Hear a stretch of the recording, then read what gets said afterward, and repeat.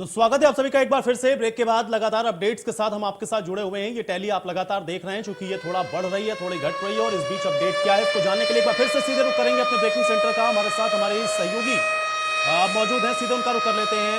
दीपिका, क्या आपके पास अपडेट है? जी आयुष, मैं आपको बता दूं कि रुझान अब आने लगे हैं और धीरे धीरे जो रास्ता है बीजेपी के लिए वो भी साफ होता नजर आ रहा है। सीतापुर में 9 विधानसभा सीटों पर बीजेपी समाजवादी की टक्कर देखने को मिल रही है।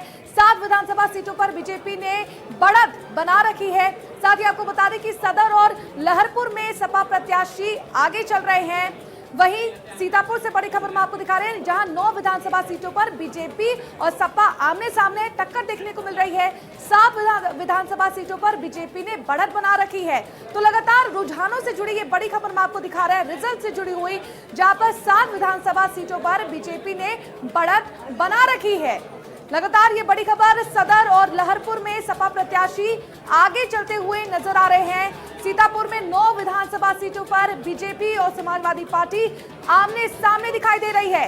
7 विधानसभा सीटों पर बीजेपी ने बढ़त बना रखी है। तो लगातार रिजल्ट से जुड़ी खबर हम आप तक पहुंचा रहे हैं, रिजल्ट ब्रेकिंग, जहां पर 7 विधानसभा सीटों पर बीजेपी ने अपनी बढ़त बना रखी है और सदर और लहरपुर में सपा प्रत्याशी आगे चल रहे हैं। तो ये मुकाबला भी देखने को मिल रहा है, तो कहीं पर बीजेपी आगे निकल गई है। सीतापुर में 9 विधानसभा सीटों पर बीजेपी और समाजवादी की टक्कर देखने को मिल रही है। 9 विधानसभा सीटों पर बीजेपी ने बढ़त बना रखी है। Over to you Ayush. तो बिल्कुल ये अपडेट लगातार हम आप तक पहुंचाते रहेंगे, क्योंकि अब इस तरह से आप देख रहे हैं कि लगातार ये जो तस्वीरें हैं वो धीरे धीरे आपके सामने क्लियर होती हुई और नजर आएंगी, क्योंकि अब 1 बजने को आ रहा है और इस तरह से आप देखेंगे कि धीरे धीरे ये जो आंकड़ा है ये आपको और पुख्ता होता हुआ दिखेगा।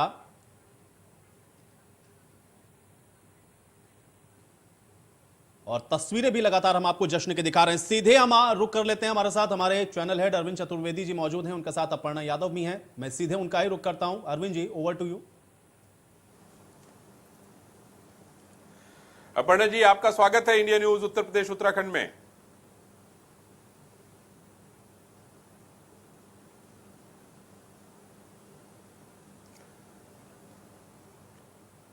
अपर्णा जी, आपको आवाज मिल रही है मेरी? चलिए अरविंद जी, मुझे लग रहा है शायद अपर्णा जी के साथ कुछ तकनीकी समस्या भी हमारे साथ वो कनेक्ट नहीं हो पा रही हैं। लेकिन अरविंद जी, अभी तक ये जो तस्वीरें दिख रही हैं इसका आकलन कैसे आप करेंगे? देखिए, इन तस्वीरों से स्पष्ट हो गया है कि भारतीय जनता पार्टी ने उत्तर प्रदेश में बहुमत पा लिया है और अब उनको सिर्फ सरकार बनाना बाकी है।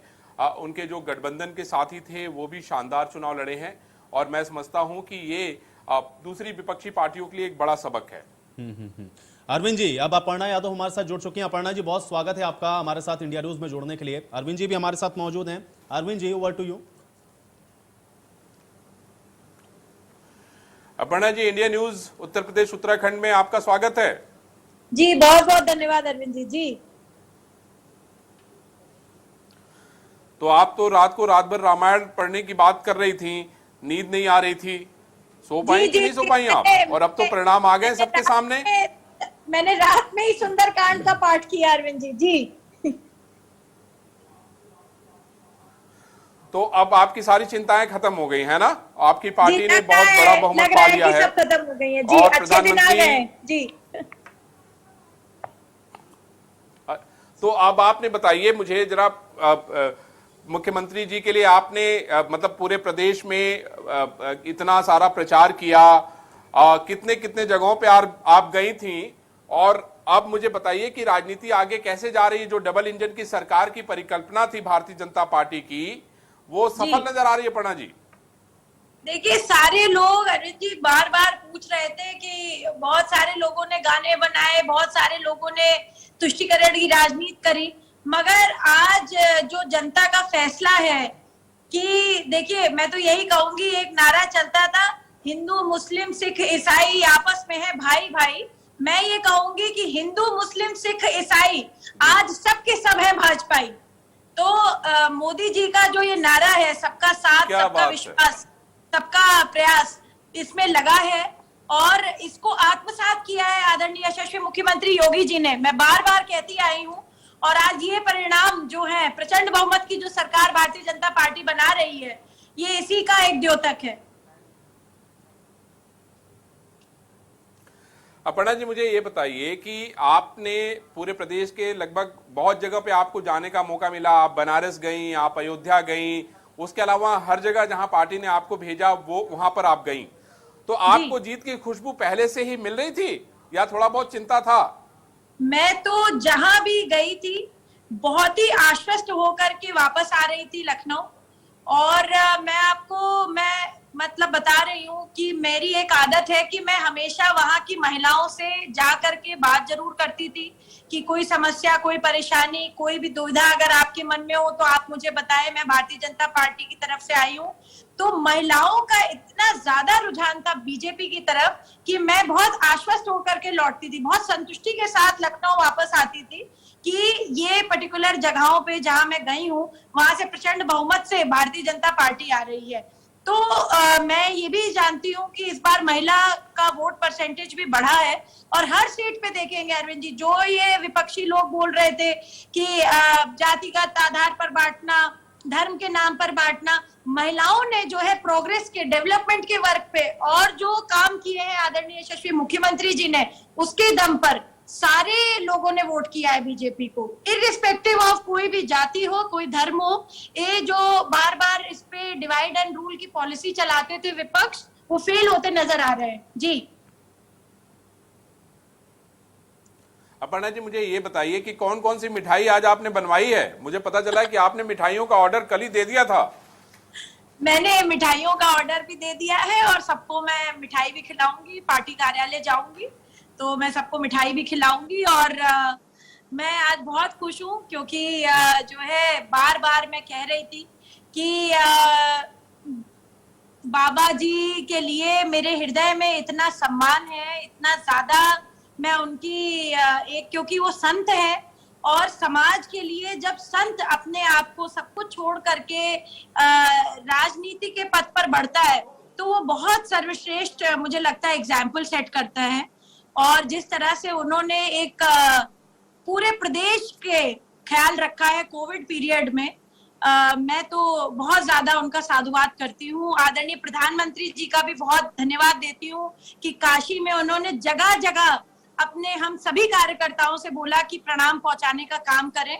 तो मुझे बहुत खुशी है कि इतनी लहर के साथ, मैं बार बार कह रही थी सारे पत्रकार भाइयों से, बहनों से कि ये लहर नहीं सुनामी है, भारतीय जनता पार्टी की सरकार हमें बनानी है।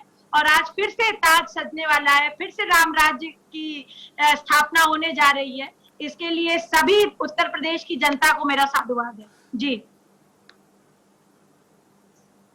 अपर्णा जी, मुझे ये बताइए, विपक्षियों को क्या राय देंगी आप? आपके तो भैया भी हैं, तो भैया को अब क्या राय देंगी? क्योंकि देखिए अब तो रिजल्ट आ गया है। मैं कोई, देखिए, कोई सलाह देंगी आप? राय देने की आवश्यकता नहीं है। इसमें जो रिजल्ट है वो सबके सामने है। सबको मंथन करना चाहिए कि प्रदेश की जनता क्या चाहती है। प्रदेश डेवलपमेंट चाहता है, प्रदेश चाहता है कि उसको बिना किसी भेदभाव के आधार पर। चलिए अरविंद जी, आपको मुझे बीच में ही रोकना पड़ेगा। इस बीच बड़ी जानकारी है ब्रेकिंग सेंटर का, पहले रुक कर लेते हैं। हमारे साथ वर्षा मौजूद है। वर्षा, क्या अपडेट है? जी आयुष, इस वक्त की बड़ी खबर हम आपको रिजल्ट से जुड़ी हुई बता दें। इस वक्त की बड़ी जानकारी रिजल्ट से जुड़ी हुई, जहां पर लाल कुआं से हरीश रावत हार चुके हैं। बड़ी खबर हम आपको दिखा रहे हैं, लाल कुआं से हरीश रावत हार चुके। एक तरह की हॉट सीट मानी जा रही थी लाल कुआं, और उससे हरीश रावत की हार देखने को मिली है। बड़ी खबर लाल कुआं से, जहां पर हरीश रावत हार चुके हैं। विधानसभा 2022 के चुनावों में हरीश रावत को हार चखनी पड़ी है। बड़ी खबर हम आपको दिखा रहे हैं लाल कुआं से, जहां पर हरीश रावत लाल कुआं से हार चुके हैं। लाल कुआं विधानसभा सीट से हरीश रावत को हार चखनी पड़ी बिल्कुल, है। बहुत बड़ी जानकारी आपने दी। हरीश रावत हार गए हैं, ये एक बड़ी और अहम खबर थी, अपने दर्शकों तक पहुंचानी जरूरी थी। Arvind ji, over to you. Aparna जी, आपको एक और बड़ी खबर दे देता हूं कि उत्तराखंड से कांग्रेस के बड़े नेता हरीश रावत चुनाव हार गए हैं। यानी भारतीय जनता पार्टी की सुनामी उत्तराखंड में भी चल रही है। चलेगी, क्योंकि उत्तराखंड का जो पहाड़ का व्यक्ति होता है, अरविंद जी कहते हैं कि बहुत ही ऊंचे मानसिकता का होता है। देवभूमि कहा जाता है उत्तराखंड को, क्योंकि देवताओं का वास होता है। और वहां का हर एक प्रत्येक प्राणी में देवता सच में बसते हैं, रमते हैं। तो इसीलिए जितने भी उत्तराखंड के भी निवासी, उन्होंने कर्मठ रूप से जो है भारतीय जनता पार्टी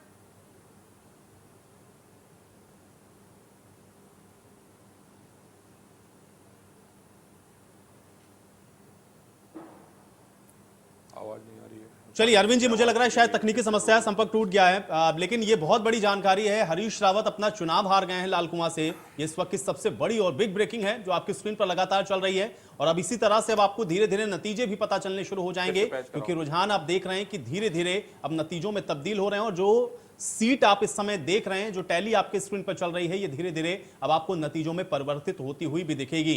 हालांकि कुछ प्रत्याशी अभी आगे हैं, कुछ पीछे हैं, लेकिन अब ये जीत हार और इसका सिलसिला भी शुरू हो चुका है। अपर्णा यादव जी हमारे साथ एक बार फिर से जुड़ चुकी हैं। Arvind ji, over to you. Aparna जी, मैं ये कह रहा था कि जीत के लिए आपने कुछ बढ़िया सॉन्ग बनाया होगा, क्योंकि जिस तरीके से आप रामायण का पाठ कर रही थी, आप चिंतित थी, तो मुझे लगा कि भाई अपर्णा जी चिंतित थी, थोड़ा बहुत मैं भी चिंतित हो गया इस बात को लेके। देखिए, मैं अरविंद जी चिंतित नहीं थी। मनुष्य का स्वभाव होता है कि जब भी रिजल्ट की प्रतीक्षा करते हैं तो चिंता होना एक बड़ा स्वाभाविक सा वो है। पर मुझे ये पूर्ण भरोसा था कि भारतीय जनता पार्टी सुनिश्चित तरीके से जीतेगी और प्रचंड बहुमत की सरकार हम बनाएंगे। मैं बार बार कह रही थी और मैंने सभी से ये कहा, आपसे भी मेरा यही था। तो आज जब ये होता हुआ दिख रहा है तो मैं बहुत ही ज्यादा भाव विभोर हूँ जी, कि हमारी मेहनत सफल हुई है। सुना दीजिए इस जीत पे, क्योंकि हाँ, आपकी मेहनत सफल हुई है और आपने बड़ी मेहनत भी की। हमने देखा कि कैसे जो है पैदल पैदल चलते हुए आपने महिलाओं से संपर्क किया। मैंने देखा कि बनारस में आपकी यात्राएं देखी, अयोध्या में आपकी यात्राएं देखी, तो मैंने बड़ा नजदीक से इसको देखा। लेकिन मैं चाहता हूं कि कुछ सुनाइए। आप पूरा देश जो है, विदेश में भी बहुत सारी जगहों पे आपको सुना जा रहा है, देखा जा रहा है, तो इस जीत पे आप कुछ सुनाइए अपर्णा जी। देखिए, सब कुछ राम जी की इच्छा से हो रहा है। मैं राम भजन ही सुना सकती हूँ और मुझे लगता है कि ये सबसे उत्तम रहेगा अगर आपकी आज्ञा हो तो। नहीं नहीं, एकदम एकदम आप राम भजन सुनाइए।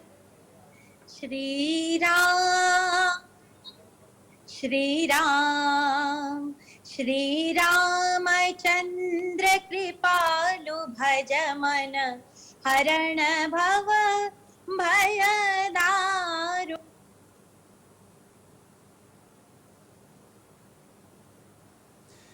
तो चलिए, नेटवर्क की समस्या और तकनीकी समस्याओं में ये होता है। हालांकि हमारे साथ अगर फिर अपर्णा जी जुड़ती हैं तो हम उनके भजन को और आगे सुनाएंगे। लेकिन राकेश टिकैत ने इस बीच प्रतिक्रिया देते हुए क्या कुछ कहा, ये भी सुनना बहुत जरूरी है आपके लिए। इसको सुनिए पहले।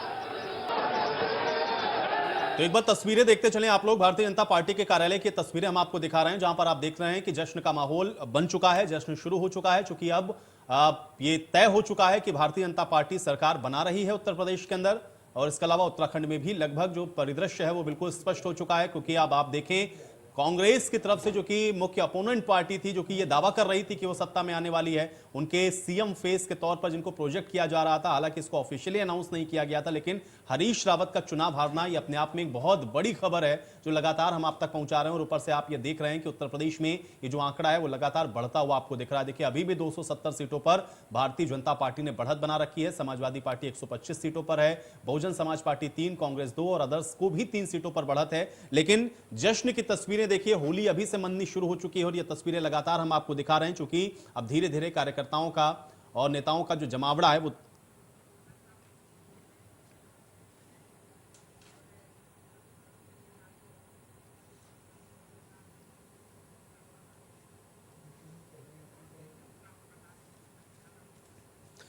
तो चलिए एक बार चर्चा में हम लोग एक बार लौटेंगे। हमारे साथ सुमित जी मौजूद हैं। सुमित सिंघल जी, बहुत स्वागत है आपका। इसके अलावा रुद्र विक्रम सिंह जी भी हमारे साथ मौजूद हैं। रुद्र विक्रम सिंह जी, आपका भी स्वागत। और इसके अलावा हमारे साथ जुड़े हुए हैं लगातार अरविंद चतुर्वेदी जी भी।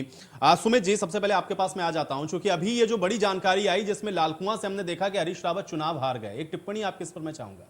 देखिए, हरीश रावत जी के हार पे एक और चीज सामने आती है कि इस बार पूरी की पूरी टिकटों की जो बंटवारा हुआ था, हरीश रावत ने अपने ही दम पे ये किया था कि चाहे चलिए सर, मैं आपको रोक रहा हूं, इस बीच मुझे ब्रेकिंग सेंटर का रुख करना पड़ेगा। बड़ी जानकारी का रुख करते हैं। वर्षा मौजूद हैं। वर्षा, अपडेट करें, क्या जानकारी है? जी आयुष, मैं आपको बता दूं कि रिजल्ट से जुड़ी बड़ी जानकारी अब सामने आने लगी है। आपको बता दूं कि पीलीभीत की बरखेड़ा से बीजेपी की जीत सामने आ चुकी है। प्रवक्ता नंद ने जीत हासिल की है। इलेक्शन से जुड़ी ये बड़ी खबर हम आप तक पहुंचा रहे हैं, जहां पर पीलीभीत की बरखेड़ा से बीजेपी को जीत मिली है। आपको बता दें कि प्रवक्ता नंद ने जीत हासिल की है। लगातार ये रिजल्ट से जुड़ी हुई, मतगणना से जुड़ी हुई बड़ी खबर आपकी टीवी स्क्रीन पर। पीलीभीत की बरखेड़ा से बीजेपी को जीत हासिल हुई है। साथ ही आपको बता दें कि स्वामी प्रवक्ता नंद ने जीत हासिल की है। Over to you Ayush. बिल्कुल, तो ये बड़ी जानकारियां हैं और अब आप देख रहे हैं धीरे धीरे अब इसी तरह से जो तस्वीर है वो आपको बिल्कुल क्लियर होती हुई दिखेगी। सर, आपकी बात अधूरी रह गई थी और ये भी देखिए अब जीत हार भी दिखनी शुरू हो गई। जी, तो हरीश रावत ने टिकटों के बंटवारे में अपना एक तरीके से ताकत रखी थी कि मेरी जितने सीट्स हैं उनको उस हिसाब से टिकटों का बंटवारा हो। जब अब इस स्थिति में आ जाते हैं तो जो कांग्रेस की एक्चुअल स्थिति है उसका रिफ्लेक्शन यहां पे आता है कि कांग्रेस में नेतृत्व सबसे ऊपर में जो बदलाव की जरूरत जो कांग्रेस लीडर्स बोलते आ रहे हैं, क्योंकि अब ये पंजाब की जीत से भी ये समझ में आ रहा है कि हिंदुस्तान में एक ऑपोजिशन की जो कमी है उसको क्या आम आदमी पार्टी पूरी करेगा या कांग्रेस अब अपना वजूद वापस लाने के लिए कहां से जीत हासिल करेगा। पंजाब की स्थिति एक लौती ऐसी थी जहां पे वो जीत रहे थे। अब उत्तराखंड में क्योंकि ऑटोमेटिक एक बार होता है कि एक बार एक सरकार और दूसरी बार दूसरी सरकार, इस बार जब रिपीट हो रही है बीजेपी तो उसमें और साथ ही साथ हरीश रावत के हारने से एक पूरा पार्टी का अस्तित्व उस पूरे प्रदेश में क्वेश्चन पे आ जाता है। ऐसे एक एक करके अगर सारे प्रदेशों में कांग्रेस समेटती जाएगी या 2 या 3 सीटों पे, जैसे उत्तर प्रदेश में आप देखिए 2 सीटों पे या 3 सीटों पे बीएसपी को अभी 3 में बढ़त है और कांग्रेस को 2 पे, तो ये देख करके कांग्रेस को खुद ये चीज समझनी होगी कि एक जमाने में वो सबसे बड़ी पार्टी हुआ करती थी, लेकिन आज भी बीजेपी के हर बातचीत में ये कहा जाता है कि 70 साल यानी कि इतनी बड़ी पार्टी थी कि जिसको आज भी बीजेपी ने उस तरीके से जिंदा रखा है, लेकिन कांग्रेस अपने आप को उस तरीके से जिंदा नहीं रख पा रही है। तो हरीश रावत ये उसका एक एग्जाम्पल है कि हाँ, वो बीजेपी हर विरोध में उसको हर बात में हर मंच पे ये चीज कहती है कि इतने सालों से काम नहीं हुआ, और ये हार के बाद ये चीज रिफ्लेक्शन है उस चीज का। बिल्कुल, चलिए, और इस बीच बीजेपी कार्यालय के बाहर जश्न का माहौल है। हमारी सहयोगी निकिता सलीम ने वहां का जायजा लिया है, एक रिपोर्ट दिखाते हैं। भारतीय जनता पार्टी के ऑफिस का अद्भुत नज़ारा आप देख सकते हैं। इस वक्त हम वहीं पर मौजूद हैं। इनफैक्ट यहाँ पर जिस तरीके से जश्न का माहौल है वो देखते बनता है। काउंटिंग अभी भी जारी है, लेकिन जिस तरीके से जो आंकड़े आ रहे हैं, 273 सीट्स ऑलरेडी बीजेपी अपने हित में कर चुकी है, अपने खेमे में कर चुकी है, और अभी भी काउंटिंग चल रही है। लेकिन यहाँ पर जो नज़ारे हैं वो देखते ही बन रहे हैं। जो होली यहाँ पर खेली जा रही है, ढोल नगाड़े यहाँ पर बज रहे हैं, जितने भी कार्यकर्ता हैं वो बीजेपी के झंडे लहरा रहे हैं, क्योंकि अब सभी को पता है कि बीजेपी पूर्ण बहुमत से यहाँ पर सरकार बनाती हुई नजर आ रही है। और लगातार जो नारे चल रहे हैं वो देखिए आप पूरी तरीके से देख सकते हैं। और यहाँ पर जो नारेबाजी हो रही है, बात करेंगे। क्या लगता है आपको? अब तो पूरा नतीजा साफ है। क्लियर मेजोरिटी के साथ सरकार आ रही है। ये सूर्योदय के भगवा रंग की होली आप देख रही हैं। उत्तर प्रदेश के प्रत्येक जनमानस ने तय कर दिया कि उत्तर प्रदेश का सूर्य किस ओर अग्रसर हो रहा है। उत्तर प्रदेश की जनता ने योगी बाबा के नाम पर मुहर लगा दी कि साइकिल तोड़ दी 22 में, फिर तोड़े 27 में। हमारे साथ इस वक्त राकेश त्रिपाठी भी मौजूद है, उनसे भी बात करेंगे और जानेंगे कि क्या कुछ माहौल है। उनसे बात। चलिए, बड़ी जानकारी है, ब्रेकिंग सेंटर का भी रुख करते हैं। वर्षा हमारे साथ लगातार मौजूद है। वर्षा, क्या अपडेट है आपके पास? जी आयुष, मतगणना को लेकर लगातार बड़ी खबर सामने आ रही है और इस वक्त की बड़ी जानकारी हम आप तक पहुंचा दें। खटीमा विधानसभा में 5वें राउंड की काउंटिंग जो है वो शुरू हो चुकी है और 4081 वोटों से पीछे चल रहे हैं पुष्कर सिंह धामी। इस वक्त की बड़ी जानकारी, पुष्कर सिंह धामी को मिले हैं 19,979 वोट और खटीमा विधानसभा में 5वें राउंड की जो काउंटिंग है वो लगातार जारी है। और आपको बता दें कि इस राउंड में भुवन कापड़ी को मिले हैं 24,060 वोट। खटीमा विधानसभा में 5वें राउंड की काउंटिंग लगातार जारी है और रुझान भी आते हुए नजर आ रहे हैं। 4081 वोटों से पुष्कर सिंह धामी फिलहाल पीछे नजर आ रहे हैं। पुष्कर सिंह धामी को 19,979 केस मिले हैं। तो वहीं खटीमा विधानसभा में और ये बड़ी जानकारी है और वर्षा, इस पर भी नजर रखनी होगी क्योंकि एक तरफ हरीश रावत को हम लोगों ने देखा वो हार चुके हैं, लेकिन अब सीएम धामी भी अगर इस तरह से दिख रहा है कि वो पीछे चल रहे हैं तो इस पर नजर रखनी बहुत जरूरी है। इस पर भी हम लोग चर्चा को आगे बढ़ाते हैं। रुद्र विक्रम सिंह, आपका एक रिएक्शन मैं चाहूंगा, क्योंकि एक तरफ हमने देखा कि लाल कुआं से हरीश रावत आते हैं तो दूसरी तरफ पुष्कर सिंह धामी की भी खबर यह है कि वो पीछे चल रहे हैं। 5वें राउंड की काउंटिंग जो हुई है, कैसे इसको देख रहे हैं आप? देखिए, मैं अभी जो बात चल रही थी उसी को आगे बढ़ाते हुए कहता हूं कि हरीश रावत अगर चुनाव हार रहे हैं और पुष्कर सिंह धामी भी हार रहे हैं, इसका मतलब साफ ये मैसेज है कि जनता सिर्फ एक पार्टी विशेष को पसंद कर रही है और शीर्ष नेतृत्व को पसंद कर रही है। अगर वो जनता बीजेपी को चुन रही है तो वहां के पुष्कर सिंह धामी या फिर पूर्व के जो 2 मुख्यमंत्री रहे हैं उनकी वजह से नहीं, बल्कि नरेंद्र मोदी का चेहरा, कह सकते हैं कि नरेंद्र मोदी का चेहरा अभी भी लोगों द्वारा पसंद किया जा रहा है और उसी चेहरे पर कमल के निशान को बटन दबाया जा रहा है। और ये एक बहुत बड़ी बात है क्योंकि पुष्कर सिंह धामी का चेहरा जब बीजेपी लेके आई थी कि युवा चेहरा लेके आई थी कि जो भी अभी गलतियां हुई हैं उसको ये दिखाने की कोशिश की गई थी कि जो भी 8-10 महीने का इनका कार्यकाल रहेगा वो अच्छे से करेंगे और अगली बार अगर आप मौका देते हैं तो 5 साल एक युवा चेहरा आपके सामने है, युवाओं के लिए काम करेगा। और पुष्कर सिंह धामी ने खूब प्रचार प्रसार भी किया, काम किया या नहीं किया ये मैं नहीं कह सकता, लेकिन प्रचार प्रसार इन्होंने खूब किया था कि जैसे मोदी जी का प्रचार प्रसार खूब होता, उनकी तर्ज पर उनकी कार्बन कॉपी करने की कोशिश की थी, लेकिन वो मुझे लगता है कि जनता को नहीं पसंद आया। और वो भी, और ये देखिए, ये चुनाव जो मुझे लगता है कि एक बड़े, जितने भी बड़े नेता हैं उनको एक सबक सिखाने वाला चुनाव साबित होने जा रहा है, क्योंकि पंजाब में भी आप देखेंगे कि जो बड़े नेता हैं वो चुनाव हार रहे हैं। उत्तराखंड में एक बड़ा नेता चुनाव ऑलरेडी हार चुका है, दूसरे बड़ा नेता चुनाव हारने की कगार पे अग्रसर है। राजीव जी, आपका स्टैंड क्या है इस पर?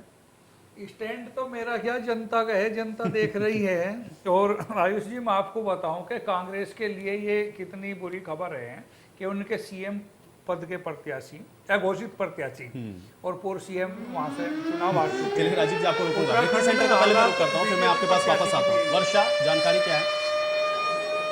जी आयुष, इस वक्त की बड़ी खबर मैं आपको बता दूं, मतगणना से जुड़ी ये बड़ी खबर आ रही है। लगातार जो रुझान है वो भी आ रहे हैं। गौतम बुद्ध नगर सीट से बीजेपी के पंकज सिंह आगे निकल गए हैं। पंकज सिंह 74,453 वोटों से आगे चल रहे हैं।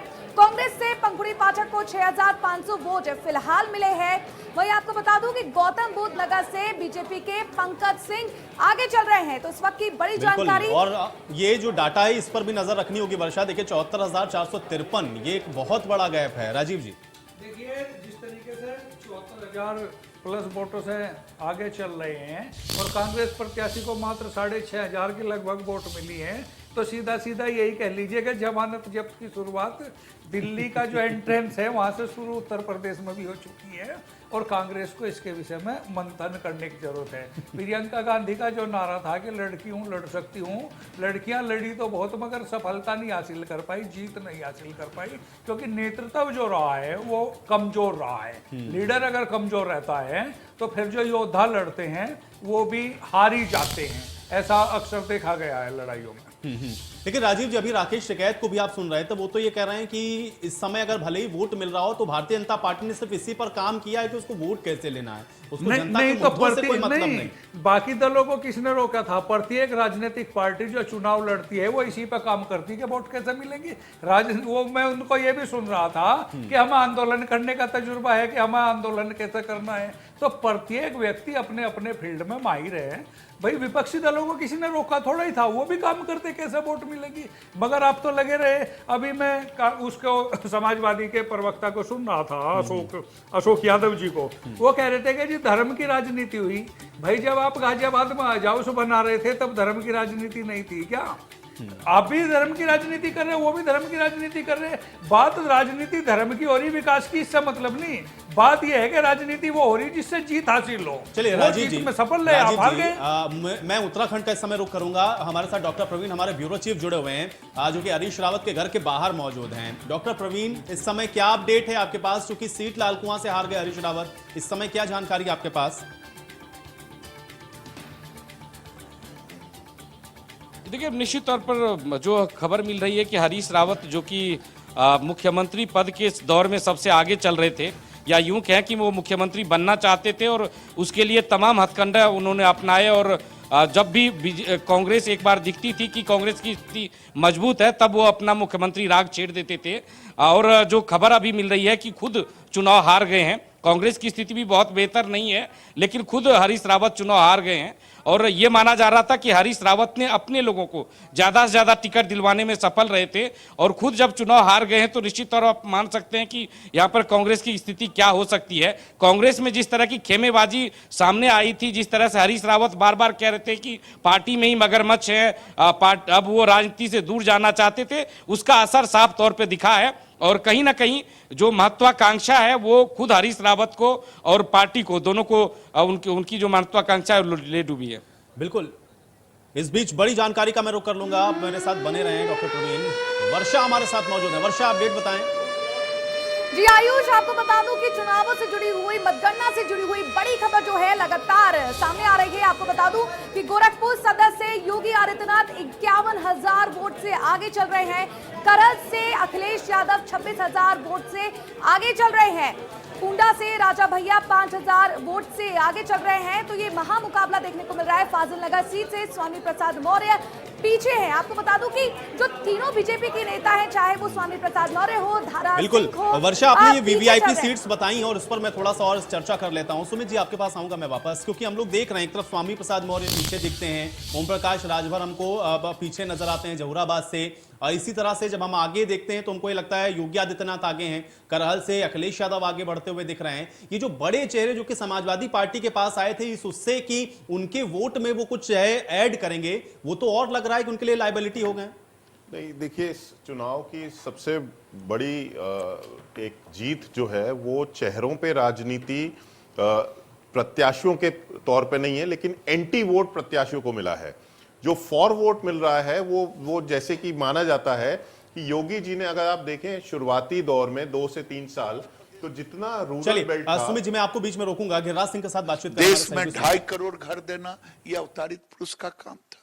किसका काम था कि पूरी दुनिया में 80 करोड़ से अधिक आबादी को 2 साल से ऊपर मुफ्त राशन दे।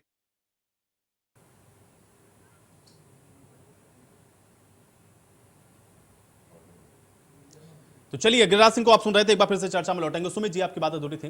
जी, तो मैं आपको कह रहा था कि रूरल बेल्ट में अगर आप देखेंगे तो शुरुआती जब योगी जी की सरकार आई तो शुरुआती 2-3 साल तक आप रूरल एरिया में, अभी भी जहां पुराने पोस्टर लगे हुए हैं वहां पे आपको मोदी जी का चेहरा नहीं दिखेगा, लेकिन योगी जी का जरूर दिखेगा।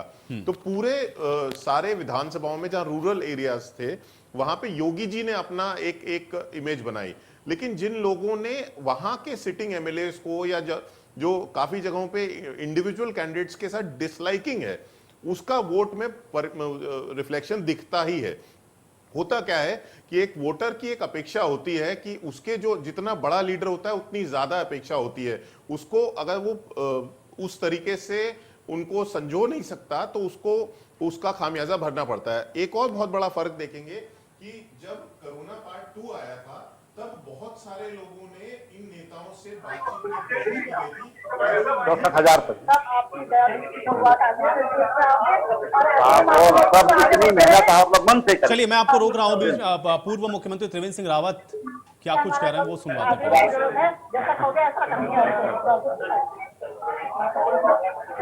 मीठा खिला देना। चलिए, त्रिवेंद्र जी हमारे साथ जुड़े हैं। त्रिवेंद्र जी, क्या आप मुझे सुन पा रहे हैं?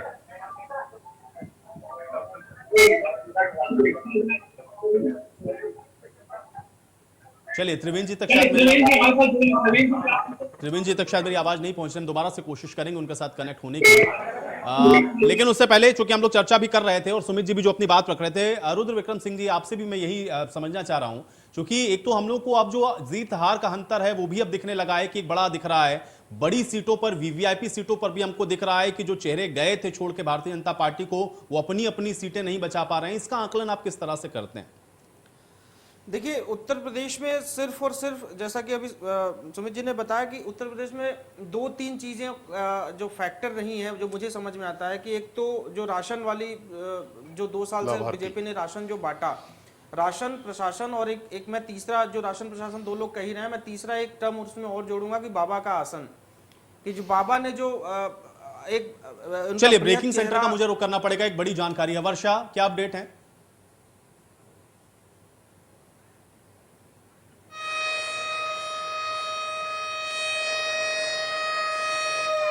जहां पर देवबंद सीट से बीजेपी प्रत्याशी आगे चल रहे हैं। बीजेपी के ब्रजेश सिंह को 43,010 वोट फिलहाल मिले हैं और मतगणना जो है वो जारी है। Over to you. बिल्कुल, और सपा के कार्तिकेय राणा काफी पीछे नजर आ रहे हैं, तो ये बड़ी जानकारी हम लगातार आप तक पहुंचा रहे हैं। सहारनपुर से खबर है, देवबंद सीट से बीजेपी प्रत्याशी इस समय आगे हैं, ये बड़ी जानकारी। और अब धीरे धीरे आप देखेंगे कि यही जो जीत हार का अंतर है उसको भी तय करेगा, और इसलिए ये जो सीट है वो भी आप देख रहे हैं कि अब आपको एक जगह पर स्टक होती हुई दिख रही हैं। रुद्र विक्रम सिंह जी, आपकी बात अधूरी रह गई थी, कंप्लीट करें। जी, तो मैं ये कह रहा था कि जो बहुत बड़ा फैक्टर है, ये 3 फैक्टर बहुत बड़े फैक्टर रहे हैं। एक राशन जो लोगों को मुहैया हुआ, जो लोग नौकरियां छोड़ के जिनकी नौकरियां चली गई, मैं कहूँ जो मुंबई में लोग रहते थे, दिल्ली में रहते थे, कोरोना की वजह से गाँव में गए, उनको जो एक और पूर्वांचल। चलिए, उत्तराखंड के पूर्व मुख्यमंत्री त्रिवेंद्र सिंह रावत हमारे साथ जुड़ चुके हैं। त्रिवेंद्र सिंह रावत जी, बहुत स्वागत है आपका इंडिया न्यूज में। धन्यवाद। बिल्कुल त्रिवेंद्र सिंह रावत जी, तो कि हम लोग उत्तराखंड में देख रहे हैं 46 सीटों पर आप लोग एकदम बढ़त बनाए हुए हैं, किस तरह से देख रहे हैं इस समय उत्तर प्रदेश और उत्तराखंड दोनों ही जगहों पर जिस तरह से भारतीय जनता पार्टी का प्रदर्शन रहा है? भारतीय जनता पार्टी पर लोगों ने पुनः विश्वास व्यक्त किया है, और मैं सोचता हूं कि भारतीय जनता पार्टी की सरकारों ने जो काम किया है, ये विश्वास जनता का भारतीय जनता पार्टी के ऊपर था, उस पर भारतीय जनता पार्टी खरी उतरी है। और उसका परिणाम ये है कि भारतीय जनता पार्टी चाहे उत्तर प्रदेश हो, चाहे उत्तराखंड हो, मणिपुर हो या फिर गोवा, सब जगह बढ़त बनाए हुए। त्रिवेंद्र जी, मैं एक चीज और आपसे यह जानना चाहूंगा, क्योंकि दोनों ही जगहों पर हमको दिख रहा है कि ये बढ़त नहीं और बढ़त से ज्यादा ये भी दिख रहा है त्रिवेंद्र जी कि काफी अंतर है। मतलब सीटों में हम देखें जो मुख्य अपोनेंट हैं वो आप लोगों से काफी पीछे नजर आ रहे हैं। कारण इसके पीछे का सबसे बड़ा आप क्या मानते हैं? भारतीय जनता पार्टी का सुशासन है। उत्तर प्रदेश जहां एक बहुत बड़ी समस्या होती थी लॉ एंड ऑर्डर, कानून व्यवस्था की, और योगी जी ने वहां की कानून व्यवस्था को दुरुस्त किया है। 5 सालों में कोई दंगा नहीं होने दिया, चुनाव के दौरान पूरा व्यवस्थाएं नियंत्रण में रही। शासन प्रशासन ने जिस तरीके से वहां पर काम किया है योगी जी के मार्गदर्शन में, उसका कारण है कि उनको प्रचंड बहुमत के साथ आज उत्तर प्रदेश में भारतीय जनता पार्टी की सरकार। उत्तराखंड में भी चाहे विकास के मुद्दे हो, चाहे ईमानदार सरकार देने के मुद्दे हो, पिछले चुनाव में हमने जनता से कहा था कि हम भ्रष्टाचार मुक्त विकास राज्य की जनता को देंगे, और वो इन 5 सालों में किया गया। उसके अलावा चाहे स्वास्थ्य का क्षेत्र हो, गाँव में पानी की समस्या का क्षेत्र हो, स्वास्थ्य का क्षेत्र हो, शिक्षा का क्षेत्र हो, रिकॉर्ड काम हुए हैं। आज हमने तमाम जो हमारे महाविद्यालय हैं, हर महाविद्यालय में प्रधानाचार्य हैं, वहां पर फैकल्टी 94% फैकल्टी उत्तराखंड के महाविद्यालयों में आप कल्पना कर सकते हैं। तो भारतीय जनता पार्टी ने जनता की अपेक्षाओं पर खरा उतरने का काम किया है, और इसलिए भारतीय जनता पार्टी को प्रदेश की जनता, चाहे उत्तराखंड हो, उत्तर प्रदेश हो, उन्होंने अपना समर्थन दिया है। त्रिवेंद्र जी, अभी एक जो बड़ी जानकारी मिली, क्योंकि अभी तो सीट पर हार और जीत भी पता चलनी शुरू हो गई है। लाल कुआं से हरीश रावत जी हार गए हैं, जो जानकारी अब सामने आ चुकी है, इसको आप किस तरह से देखते हैं? अब देखिए, जनता ने उनको स्वीकार नहीं किया है, और वहां पर भारतीय जनता पार्टी के जो हमारे मिश्र जी हैं, डॉक्टर मोहन सिंह, उनको विजयी बनाया है। भारतीय जनता पार्टी को प्रदेश की जनता ने अपना समर्थन दिया है। भारतीय जनता पार्टी कांग्रेस से ऊब चुकी है, और जो माननीय प्रधानमंत्री जी ने आह्वान किया था कि हमको कांग्रेस मुक्त भारत चाहिए, हमको कांग्रेस मुक्त भारत बनाना है, आज उस पर प्रदेश की जनता ने अपनी मोहर लगाई है। प्रदेश की जनता हो वो चाहती है कि मोदी जी जो कह रहे हैं उस पर हमको सहयोग करना चाहिए, उनके आह्वान पर हमको कांग्रेस के विरुद्ध वोट डालना चाहिए, भारतीय जनता पार्टी के समर्थन में वोट डालना चाहिए। क्योंकि कांग्रेस नेतृत्व विहीन हो चुकी है, चाहे केंद्र हो चाहे राज्य हो, उनमें नेतृत्व की जो क्षमता है वो उनके पास नेता ही नहीं है। और इसलिए मैं समझता हूँ कि हरीश रावत जी भी यहाँ पर नकारे गए। त्रिवेंद्र जी, लेकिन अगर उत्तराखंड के बारे में मैं आपसे समझना चाहूं तो आपको यहां पर सबसे बड़ा फैक्टर क्या लगा? देखिए, एक तरफ तो आपने बताया कि कुछ ऐसी चीजें थी जिनको आप लोग लगातार जनता के बीच में जाके बता रहे थे, लेकिन कुछ बात आप लोगों को भी रही होगी, कुछ आप लोगों का भी असेसमेंट रहा होगा कि जनता ने उस मुद्दे को पकड़ा और उसको उन्होंने कैच किया, वो हिट किया, और इस वजह से जनता एक बार फिर से बिल्कुल क्लियर कट मेजोरिटी के साथ आप लोगों को वापसी करा रही है सत्ता के अंदर। वो ऐसे कौन सी चीज रही, ऐसे कौन से फैक्टर्स रहे जो आपको लग रहा है कि ग्राउंड पर कम से कम उत्तराखंड के अंदर वो नजर आए हैं? भारतीय जनता पार्टी ने भ्रष्टाचार मुक्त विकास राज्य को दिया है। माननीय प्रधानमंत्री जी जब पिछले चुनाव में यहाँ पर आए थे 2017 में, तो उन्होंने कहा था कि उत्तराखंड को डबल इंजन की जरूरत है, सिंगल इंजन से उत्तराखंड नहीं चलेगा। और 1.5 लाख करोड़ रुपया एक केंद्र जो प्राविधानिक जो योजनाएं हैं, उनको 1.5 लाख करोड़ रुपया उत्तराखंड को भारत सरकार से दिया गया है। जो वायदे जनता से किए भारतीय जनता पार्टी के नेतृत्व ने, चाहे माननीय प्रधानमंत्री जी हो चाहे राज्य का नेतृत्व हो, उन वायदों को पूरा करने का काम भारतीय जनता पार्टी की सरकार ने किया। दूसरी बात, जो कोरोना काल में जो एक बहुत बड़ा संकट था, बेरोजगारी बढ़ी, गरीब कल्याण अन्न योजना, कोई भूखा न सो देश में, माननीय प्रधानमंत्री ने निःशुल्क जो टीका लगाने का काम किया, इन सारी चीजों का मैं कह सकता हूं कि इसमें मोदी मैजिक उसका भी एक बड़ा भारी रोल है। मैं अगर उसका मैं श्रेय दूं तो मैं माननीय प्रधानमंत्री जी को दिया जा सकता है। त्रिवेंद्र जी, बिल्कुल आखिरी सवाल, एक तो अभी आगे अब भविष्य में आप किस तरह से उत्तराखंड को देखते हैं, उत्तराखंड के लिए अब आगे आपको क्या नजर आता है? और दूसरा ये एक सवाल मेरा उन लोगों के लिए भी है जो आप लोगों की पार्टी को ऐन चुनावों से पहले छोड़ के गए थे और बड़े बड़े दावे कर रहे थे, आज उनके भी हम लोग देख रहे हैं अभी तक के जो रुझान है उसमें वो ज्यादातर सीटों पर पीछे दिख रहे हैं। उनके लिए भी टिप्पणी और आगे का भविष्य उत्तराखंड का, उसमें आपकी भी भूमिका क्या, इसका भी मैं जवाब चाहता हूँ। त्रिवेंद्र जी, जो लोग अपनी बपौती समझते थे उत्तराखंड की जनता को, उनको भी इस चुनाव में करारा जवाब जनता ने दिया है। जो ये समझते थे कि हम कुछ भी कर लेंगे और जनता हमको समर्थन देगी, इस बार जनता ने उनका फुटबॉल बनाकर उनको एक किनारे फेंक दिया है। चलिए त्रिवेंद्र जी, बहुत शुक्रिया हमारे साथ जुड़ने के लिए, अपना समय निकालने के लिए। तो पूर्व मुख्यमंत्री त्रिवेंद्र सिंह रावत को अभी आप सुन रहे थे, उन्होंने ये बहुत क्लियर कट इस बात को कहा कि जो वेलफेयर की स्कीम थी वो आपको दिख रही है, इस बार जनता ने एक बार फिर से उसके ऊपर भरोसा जताया है। आज सुमित जी, इसका श्रेय क्या आप इसी को देंगे कि क्या सुशासन और ये जो पीडीएस का जो राशन है ये बहुत भारी पड़ा है, ये जो मुद्दे विपक्ष उठा रहा था उसको कहीं ओवरलैप किया इसने? नहीं, देखिए ये एक लौती एक या दो चीजें नहीं होती हैं, बहुत सारे मैकेनिज्म होते हैं जब आदमी वोट करने जाता है। अगर आप कहें लाभार्थी से ये पूरी क्लीन स्वीप है तो मैं उसको पूरी तरह से उस पर एग्री नहीं करूंगा। आपको हर तरफ से देखना पड़ेगा। देखिए उत्तर प्रदेश में आप देखिए बीएसपी को बहुत कम वोट परसेंटेज मिला है और बीएसपी का वोट बहुत पक्का वोट था, और वो वोट कहां गया है?